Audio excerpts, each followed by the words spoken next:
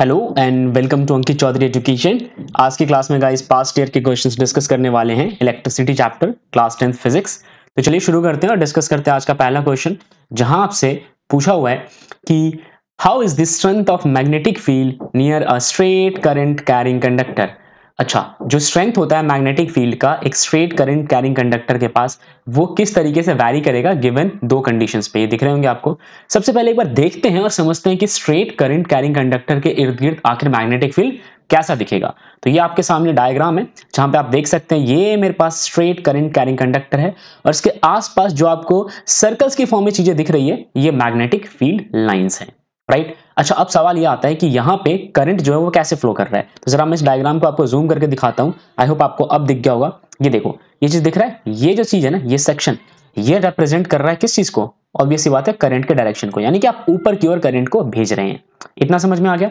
चलिए, अब यहां पे नोटिस करना है कि जब करंट ऊपर जाता है तो ये किस तरीके से बनता है। ये क्या है? ये हमारे मैग्नेटिक फील्ड लाइंस है। तो ये कैसे बनेंगे? ये जाहिर सी बात है क्लॉकवाइज बनते हैं, ठीक है। जब करंट ऊपर की ओर होता है तो ये बनते हैं क्लॉकवाइज, और जब करंट नीचे की ओर होता है तो ये बनते हैं एंटी क्लॉकवाइज। इस चीज का आपको ध्यान रखना है, राइट। चलिए, अब क्वेश्चन के अगले हिस्से में पहुंचते हैं, जहां बोला हुआ है कि related to the strength of the current in the conductor, यानी कि स्ट्रेंथ जो है मैग्नेटिक फील्ड का वो करंट के हिसाब से कैसे रिलेट करते हैं। आंसर समझते हैं। The strength of magnetic field around a straight current carrying conductor increases on increase the strength of current in the conductor। बहुत सिंपल आंसर है ना। अगर आप इस करंट को, जो मैंने आपको दिखाया था, इसकी वैल्यू बढ़ा दोगे तो यहाँ पे जो स्ट्रेंथ दिख रहा है, पहली बात तो ये मैग्नेटिक फील्ड लाइंस है, मगर यहाँ कोई स्ट्रेंथ होगा तो इसकी स्ट्रेंथ बढ़ जाएगी अगर करंट की वैल्यू को बढ़ाओगे तो, और वाइस वर्सा, यानी कि अगर घटाओगे तो फिर करंट की वैल्यू घटते के साथ ही यहाँ पे स्ट्रेंथ कम हो जाएगा। नेक्स्ट पूछा हुआ है कि किस तरीके से स्ट्रेंथ जो है वो अफेक्ट होगा अगर आप चेंज कर देते हो करंट के फ्लो के डायरेक्शन को। यानी कि मैंने जैसे बताया था, यहां पे अभी ऊपर की ओर फ्लो कर रहा है, मगर अगर डायरेक्शन नीचे कर दोगे तो फिर किस तरीके से मैग्नेटिक फील्ड लाइंस जो है वो बदलेगा। तो direction of magnetic field lines around a straight current carrying conductor get reversed, जैसा मैंने आपको समझाया, वो बदल जाएगा, उल्टा हो जाएगा if direction of current through that conductor is reverse. अगर डायरेक्शन करंट का बदलोगे ना तो यहाँ पे क्या रिवर्स हो जाएगा। आप यहाँ पे पैटर्न नोटिस करो, यहाँ पे किस तरफ था, इस तरफ है क्लॉकवाइज, और यहाँ पे कैसे एंटी क्लॉकवाइज। क्यों ऐसा हुआ? क्योंकि यहाँ पे जो करंट है नीचे की ओर फ्लो कर रहा है, यहाँ पे करंट ऊपर की ओर फ्लो कर रहा है। तो ये चीज आप समझ गए। बढ़ते हैं अगले क्वेश्चन की ओर, और यहां आपसे पूछा हुआ है कि आप फ्रीक्वेंसी से क्या समझते हो ऑल्टरनेटिव करंट के सेंस में। यानी कि जब भी ऑल्टरनेटिव करंट का जिक्र किया जाता है उस वक्त फ्रीक्वेंसी का क्या मतलब होता है, और इंडिया में इसकी क्या वैल्यू है। फिर अल्टरनेटिव करंट को हम क्यों कंसीडर करते हैं कि एक अच्छा करंट होता है डायरेक्ट करंट के कंपैरिजन में, जब भी हमें इसको लंबे दूरी तक ट्रांसमिट करना होता है। सारी बातों को समझेंगे। सबसे पहले हम एक बार समझ ले ऑल्टरनेटिव करंट होता क्या है। आपको ये डायग्राम दिख गया। इस डायग्राम के अंदर जरा ध्यान से देखिए, ये रिप्रेजेंट कर रहा है पोटेंशियल को और ये रिप्रेजेंट कर रहा है टाइम को। फिर ये जो कर्व दिख रहा है ये रिप्रेजेंट कर रहा है करंट को। तो होता ये है कि जब ऑल्टरनेटिव करंट आप ट्रांसफर कर रहे होते हो तो उस समय ऑल्टरनेटिंग करंट जो है वो दोनों ही डायरेक्शन में प्रोपोगेट करता है। यानी कि जो करंट दिख रहा है ये कुछ इस डायरेक्शन में प्रोपोगेट करेगा और करंट का कुछ हिस्सा इस डायरेक्शन में प्रोपोगेट करेगा, यानी कि ऑल्टर कर रहा है। कुछ समय तक तो ये यहां तक रहेगा, आफ्टर सम टाइम पीरियड ये यहां चला जाएगा, फिर यहां। और ये जो ट्रांसमिशन हो रहा है ऑल्टरनेट होके, ये फिक्स टाइम इंटरवल पे चेंज होता है। मतलब कि अगर 5 सेकंड तक ये चीज ऊपर है तो अगले 5 सेकंड तक फिर ये नीचे रहेगा, फिर अगले 5 सेकंड बाद ये ऊपर आ जाएगा। तो ये तो हो गया ऑल्टरनेटिंग करंट का मतलब। अब फ्रीक्वेंसी से आप यहां पे क्या समझते हो, तो आंसर डिस्कस कर ले। देखो, फ्रीक्वेंसी जो है ऑल्टरनेटिंग करंट का वो इक्वल होता है कितने साइकिल्स जो है उसने कंप्लीट किया 1 सेकंड में। यस, 1 सेकंड के अंदर ये जितने भी साइकिल कंप्लीट करता है, जैसे यहाँ पे कितने साइकिल दिख रहे हैं आपको, एक, ये कंप्लीट और फिर ये आधा, यानी कि यहाँ पे आप ध्यान से देखोगे ना तो आपको 1.5 साइकिल दिखेगा। एक तो यार यहाँ तक हो गया, ठीक है, और ये आधा यहाँ तक हो गया। तो 1 सेकंड में अगर आपने टाइम पीरियड को कितना रखना है, 1 सेकंड, टाइम पीरियड को आपने फिक्स कर दिया 1 सेकंड, इस दौरान जितने भी ऐसे साइकिल्स कंप्लीट होंगे इसको हम कहते हैं फ्रीक्वेंसी।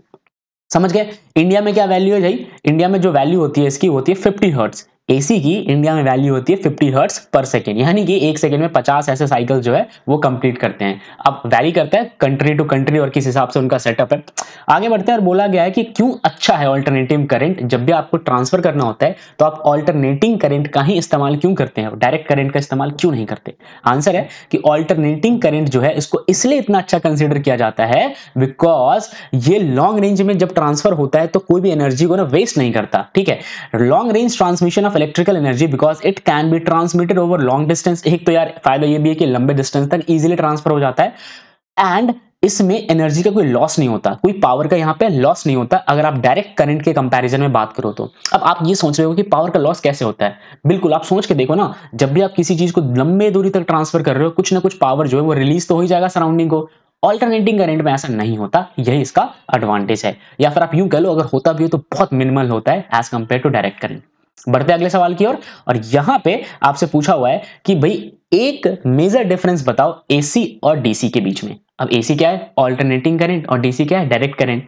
फिर आपसे पूछा हुआ है कि क्यों एसी जो है वो हम प्रेफर करते हैं डीसी के कंपैरिजन में। ये चीज तो मैंने आपको अभी भी समझाई है, समझ गए। और फिर आपको सोर्स बताना है कि भाई आप एक डीसी का सोर्स बता दो और एक एसी का सोर्स बता दो।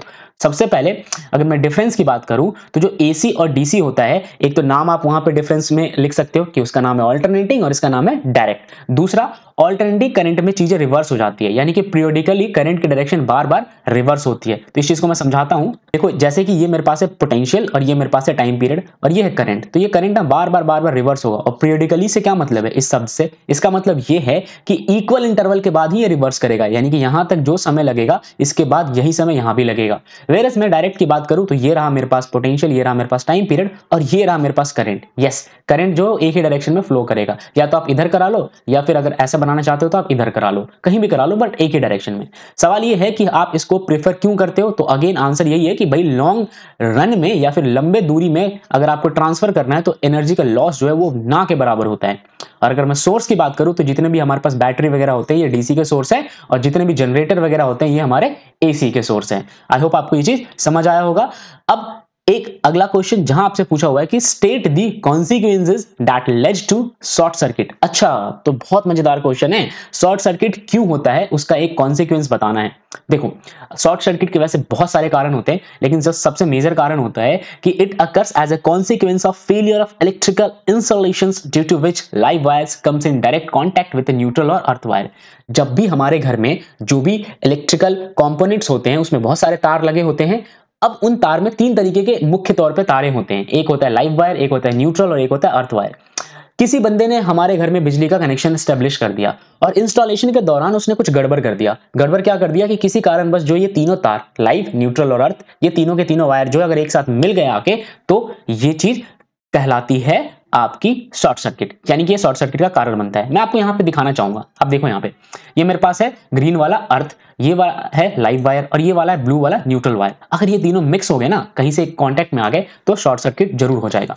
अगला कारण है यहाँ पे presence of external conducting material such as water which is introduced accidentally into the circuit। आपने देखा होगा कई बार बारिश वगैरह होती है तो शॉर्ट सर्किट हो जाता है। क्यों? क्योंकि एक्सटर्नल कंपोनेंट है, पानी जो है वो एक्सटर्नल कंपोनेंट है, हमारे सर्किट को नहीं चाहिए था और उसके आ जाने से क्या हो जाता है, शॉर्ट सर्किट हो जाता है। इलेक्ट्रिकल अप्लायंसेस को अगर आप फोर्स करते हो तब ऑपरेट करने के लिए, कब? जब भी वो जाम है, उसके बावजूद भी अगर आप उसको जबरदस्ती चला रहे हो फिर भी आपका शॉर्ट सर्किट हो जाएगा। इसी तरीके से जो हमारा कनेक्शन होता है करंट कैरिंग पार्ट का, ठीक है, वो अगर ठीक से एक दूसरे के साथ कनेक्ट नहीं है या फिर कोई ह्यूमन एरर आ गया या फिर कोई नेचुरल कॉजेज आ गए तब भी हमारा जो है शॉर्ट सर्किट हो जाएगा। और ये सारे जो है मुख्य तौर पे कारण है शॉर्ट सर्किट के। बाकी आप एक एक चीज पढ़ सकते हो यहाँ पे। आगे बढ़ते हैं और ये जो स्लाइड है इस स्लाइड पे मेरा साथ होता है खत्म, यानी स्क्रीन पे दिए गए क्वेश्चंस को आप वीडियो पॉज करके नोट कीजिए या फिर आप डिस्क्रिप्शन बॉक्स से पीडीएफ डाउनलोड करके नोट कीजिए, मगर सारे बच्चे कमेंट बॉक्स में आंसर कीजिए। मिलते हैं अगले क्लास में। जय हिंद।